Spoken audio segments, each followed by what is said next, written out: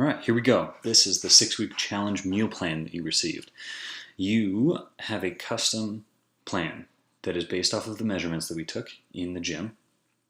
And this is going to guide you through building your meals. It's the nuts and bolts of the challenge. So right up at the top, you've got your measurements. Okay, that's what we started with, and that's what's going to carry us through. Okay, next, if it's not on the list, you can't have it for the 6 weeks. This is a guideline for the food quality. Okay, these are the things that we want you eating. We know that these foods are good to go. They work. Most people can digest them, and they end up being very versatile. So you can mix them with a lot of different foods, and they end up tasting pretty great. So in this blue column, we have the proteins. Okay, your proteins are going to be your just the main thing that we're focusing on. To get enough protein is essential if we want to build muscle and burn fat. It's what your body uses to stack on slabs of muscle, and it signals to the body from a hormonal perspective that we are set, we are satisfied with the amount of food that we have, and we are not in famine mode, right? We don't need to hold on to as much stuff. So it releases a hormone that mobilizes sugar into the bloodstream and prevents us from storing body fat. One serving size that you see down here with this helpful little graphic is going to be 1 palm. So if you look at the size of your palm, that's going to be about the serving size of the protein that you want. So that's going to be a 6-ounce chicken breast, a 6-ounce bison burger, 6 ounces of venison, 6 ounces turkey breast, etc. Estimate it about the size of your palm. Okay, so that's 1 serving, and that'll come into play a little bit later.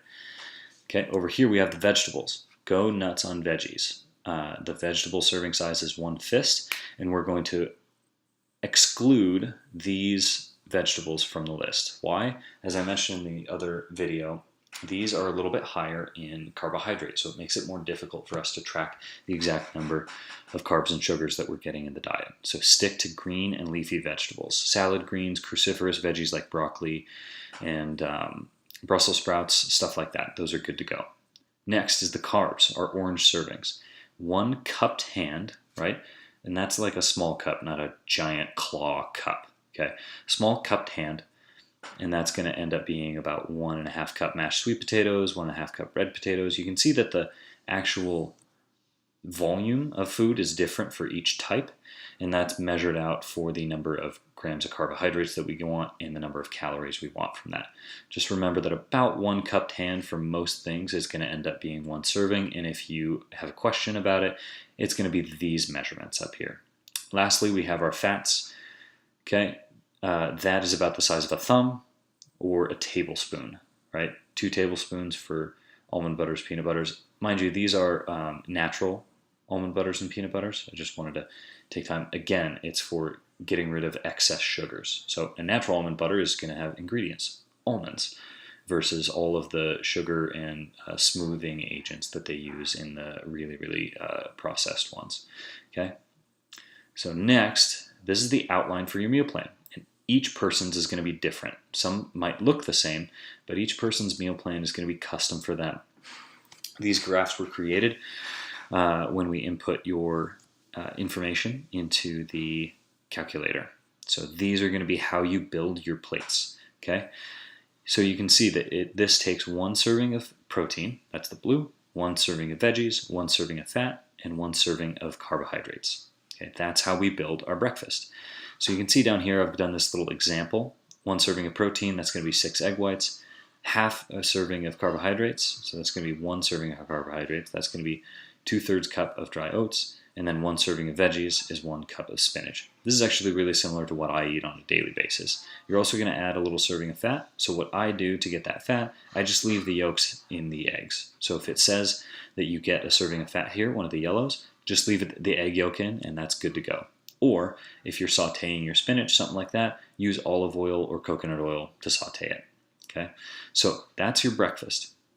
Then we go over to your lunch. Looks about the same. So you can build this in a similar way.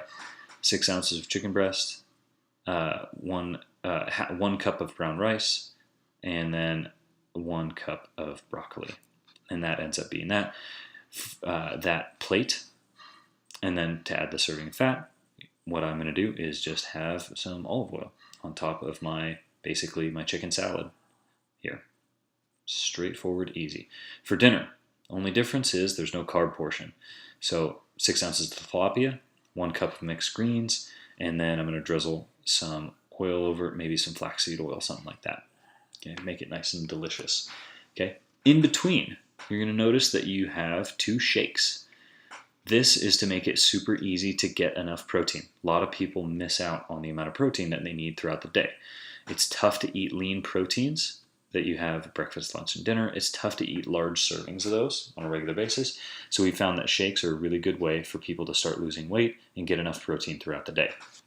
You're going to just combine 8 ounces of water with 1.5 scoops of protein. You want about 25 to 30 grams of protein. So whichever powder you're using, I highly recommend, by the way, that you use the stuff that we carry at the gym. We carry it because it's the cleanest and easiest to digest, and we know that the ingredients are good to go. A lot of you will have protein powders just laying around the house. I would say use those at the end of the challenge. Until then, use some stuff that is okayed by myself or one of the other coaches.